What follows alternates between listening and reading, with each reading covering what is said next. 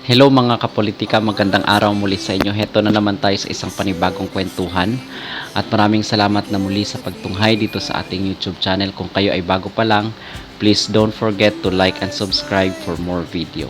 Ang ating pag-uusapan sa ngayon mga kapolitika ay itong health update nga ni Miss Chris Aquino. Kung napanood nyo doon sa previous kong video is meron ng update ito si Miss Chris Aquino nung nakarang araw, February 14, at nakausap ito ni Boy Abunda doon sa kanyang programang Fast Talk sa GMA Network.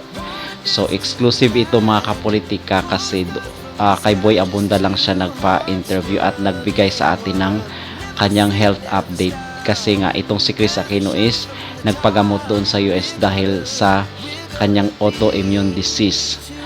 And on top doon sa mga na-discover na autoimmune disease mga kapolitika noong mga nakaraang buwan is meron na naman na pang-5 na autoimmune disease ang na-discover dito sa pagpa-check up ni Chris Aquino sa kanyang blood test.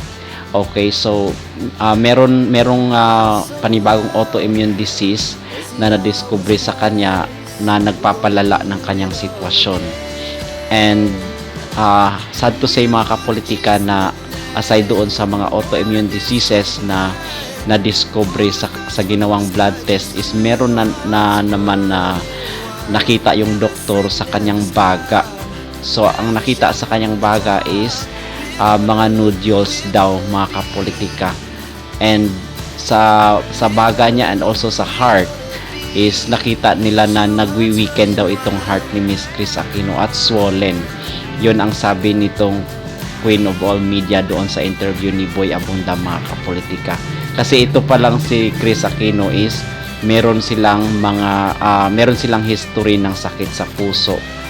And ang sabi pa nga dito ni Miss Chris mga kapolitika is I refuse to die kasi meron pa siyang 2 anak at yun ang iniisip niya.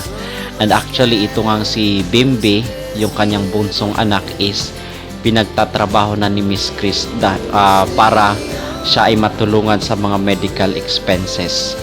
Okay, so yun ang update mga kapolitika at ang sabi din dito sa interview nila ni Boy Abunda is itong next 6 months daw is very crucial kasi itong si Miss Chris Aquino is mag-undergo ng isang biological treatment para sa kanyang puso mga kapolitika at kung hindi daw tatalab yung biological treatment na gagawin is baka mag-stop daw ang lahat at ang big possibility at big chance is magkaroon siya ng cardiac arrest. So yun ang sabi doon sa interview mga kapolitika.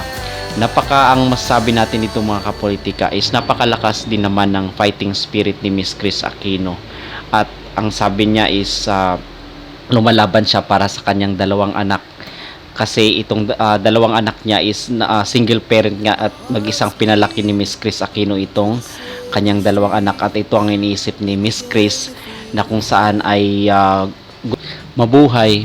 At ang sabi dito ni Miss Chris Aquino mga kapolitika is meron ngang mga gamot itong tinitake doon sa Amerika and ang sabi niya is merong mga gamot na andun lang daw available at hindi daw available dito sa Pilipinas. So yun ang reason bakit doon siya nagpagamot sa US mga kapolitika. But for me, itong sakit niya is pwede naman siguro niyang itry itong mga alternative medicine. Yun ang aking masasabi or suggestion sa kanya kasi matagal na siya doon nagstay sa Amerika and wala naman nangyayari at ang nangyari pa nga is nag-worsen pa nga itong situation ni Miss Chris. So something is wrong sa kanilang ginagawa. So ang aking nakikita dito is why not for her to try the alternative medicine kasi yun ay walang side effects.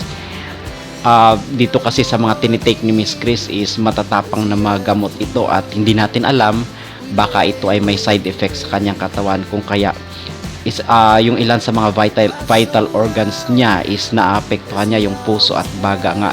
Yun ang sabi niya doon sa update.